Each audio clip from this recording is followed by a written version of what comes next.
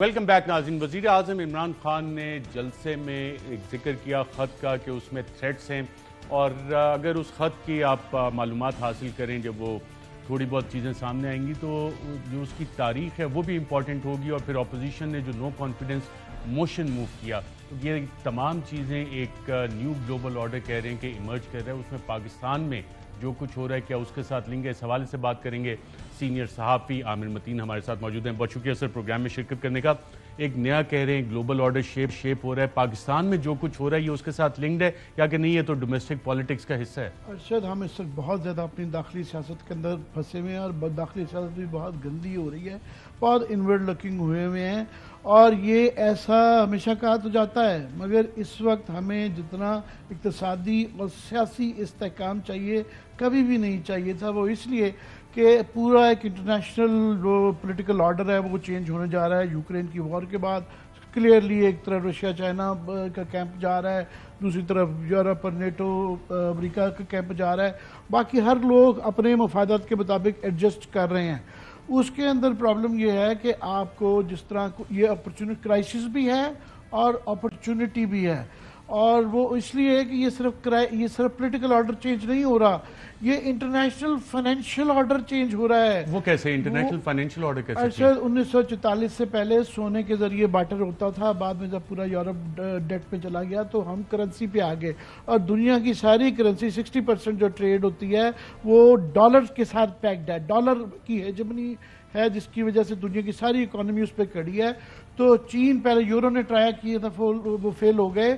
اب روس اور چین اور کافی ممالک ہیں، انہوں نے سیریسلی چیلنج ڈالر کی ہیجمنی کو کر دیا ہے. آپ نے یہ 2-3 خبریں بڑی بڑی آپ کے پاس پڑھی ہوئی ہیں، ساری پڑھ چکے ہوئے ہیں کہ چین اور رشیا جو ہیں وہ روبل میں اور اپنے یوان کے اندر اپنا کاروبار کرنے جا رہے ہیں. اس سے پہلے جو ہے سعودی عربیہ اور UAE، وہ پیٹرو ڈالر سب سے بڑی ان کا ایک اختیار ہوتا تھا. انہوں نے کہا جی ہم بھی یوان چائنا جو ہے، یاد رہے کہ دنیا کا سب سے بڑا آئل کا ایکسپورٹر سعودی عربیہ ہے اور تقریباً سب سے بڑا بائر جو ہے چین ہے. تو انہوں نے کہا جی ہم یوان کے اندر بھی بجائے ڈالر کے جو ہے نا یہ ٹریڈ کر سکتے ہیں. اور انڈیا، بات یہ ہے کہ حوصلہ کرنے کی بات ہے. استحکام کیوں ضروری ہے کہ آپ دیکھیں کہ انڈیا نے روس کے ساتھ اچھے ٹرمز پہ، سستے ٹرمز پہ، بہتر ٹرمز پہ روپی کے اندر تیل خرید رہے ہیں، باقی انڈین روپی کے اندر خرید رہے ہیں. اور دوسرا وہ ایران کے ساتھ جب ساری سینکشنز ہمارے لیے سینکشنز ہیں، ہمارے لیے ڈر رہے ہیں ہم کہ رشیا سے بھی کوئی اس طرح کے سینکشنز ہیں. تو بات یہ ہے کہ جب آپ کو سیاسی استحکام ہوتا ہے تو اس کرائسس میں ہمارے لیے بھی اپرچونٹی ہے. ہم نہیں اس لیے شاید کر سکتے یا حوصلہ نہیں کر پا رہے کہ ہماری ٹریڈ بہت زیادہ ڈیپینڈنٹ ہے یورپ پہ اور امریکہ کے ساتھ. تو اگر ہمارے اندر پولیٹیکل ول ہو اور ہم اکانومی وہ کر سکیں تو بڑے ویز اینڈ مینز نکل آ سکتے ہیں.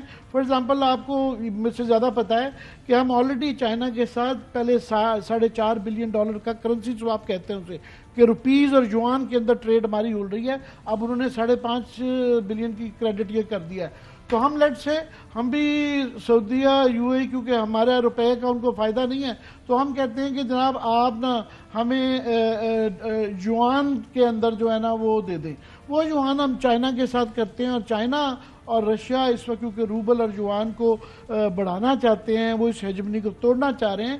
تو وہ اور یہ یوکرین کرائسس کے بعد جو سینکشنز لگی اس کے بعد یہ نیا اکنامک آرڈر آ رہا ہے، پوری دنیا کو ریئلائز کیا ہوا ہے. دنیا چینج ہو رہی ہے، پوری دنیا کا political and financial order. Financial order is more important کیونکہ چین اور رشیا جو ہے جس طرح کہ انڈیا نے کیا ہے وہ آپ کو سستی پروفیٹیبل بہتر ٹرمز کے اوپر اگر آپ ان کی کرنسی کے اندر کاروبار کرنا چاہیں، یہ کبھی موقع نہیں تھا. یہ ہمارے پاس موقع ہے کہ ہم اگر اپنے صحیح طریقے سے کارڈز کھیلیں. اس کے لیے بڑا ضروری ہے کہ اندرونی انتشار نہ ہو. وزیر اعظم عمران خان صاحب پہ فیلڈ فارن پالیسی کا ان کے ناقدین اپوزیشن الزام لگاتی ہے.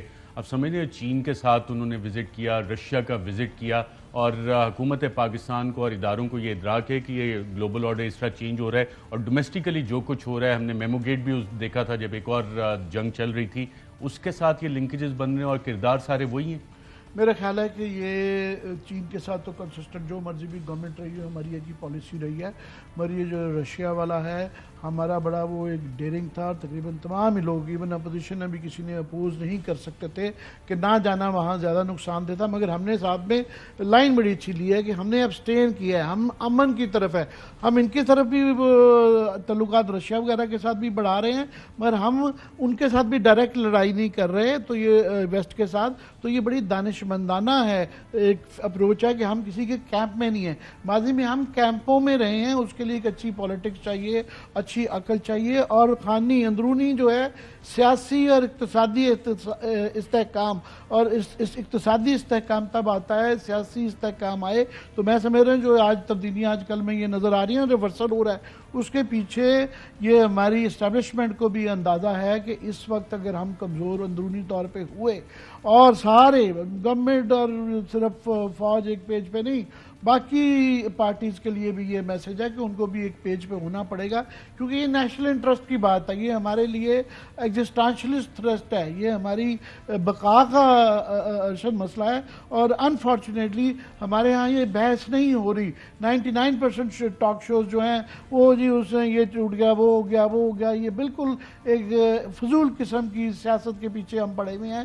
ہمارا کوئی خطے کی سیاست کے انٹرنیشنل کی سیاست پہ ڈسکس نہیں کر رہے ہیں, حالانکہ ہمارے بہت زیادہ اس کے ساتھ مفادات جو ہیں وابستہ ہیں. Regime change, U S president Joe Biden نے رشیا میں ریجیم چینج کا کہا کہ ولادیمیر پیوٹن کو چینج ہونا چاہیے, اور اس میں وہاں پہ کافی ساری چیزیں ریجیم چینج کے حوالے سے ہو رہی ہیں. جو کوئی ریجیم چینج کا فارمولہ ہے امریکہ کا, اس کے کچھ اثرات آپ کو یو ایس اور اس کے لحاظ کے پاکستان میں بھی نظر آ رہے ہیں؟ ارشد, جو فرسٹ کولڈ وار تھی اس کے اندر سوائے یہ کیوبن میزائل کے کوئی زیادہ بڑا کرائسس نہیں آیا تھا.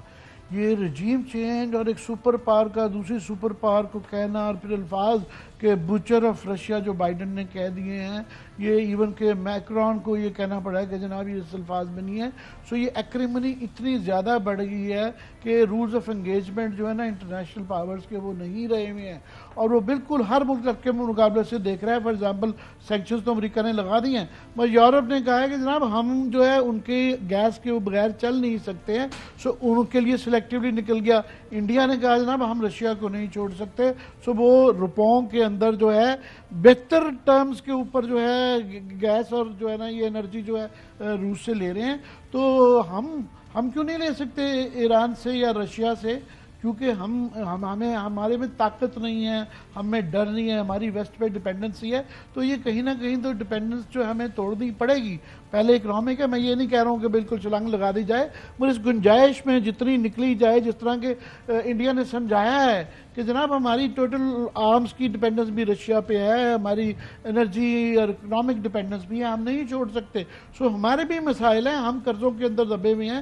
تو ہم بھی کہہ سکتے ہیں کہ جناب ہمیں سب سے آسان کام ہے کہ ہم بالکل سب کے ساتھ تعلقات اچھے رکھ رہتے ہیں, سعودی عربیہ کے ساتھ بھی رکھنا چاہتے ہیں, ایران سے بھی ہم گیس لے سکتے ہیں, ان کے ساتھ بھی بارٹر کر سکتے ہیں, ان کے ساتھ پیٹرول ڈائریکٹلی پائپ لائن میں آ جاتا ہے, ہم رشیا سے انڈیا ٹرمز پہ لے سکتا ہے, تو ہم کیوں نہیں لے سکتے. اور اس وقت چائنا اور رشیا انٹرنیشنل یہ جو فائنینشیل آرڈر ہے اس کی وجہ سے اور اس کی ہیجمنی توڑنے کے لیے بہتر ٹرمز دینے کے لیے تیار ہیں. کم از کم اس کو ایکسپلور ضرور کرنا چاہیے.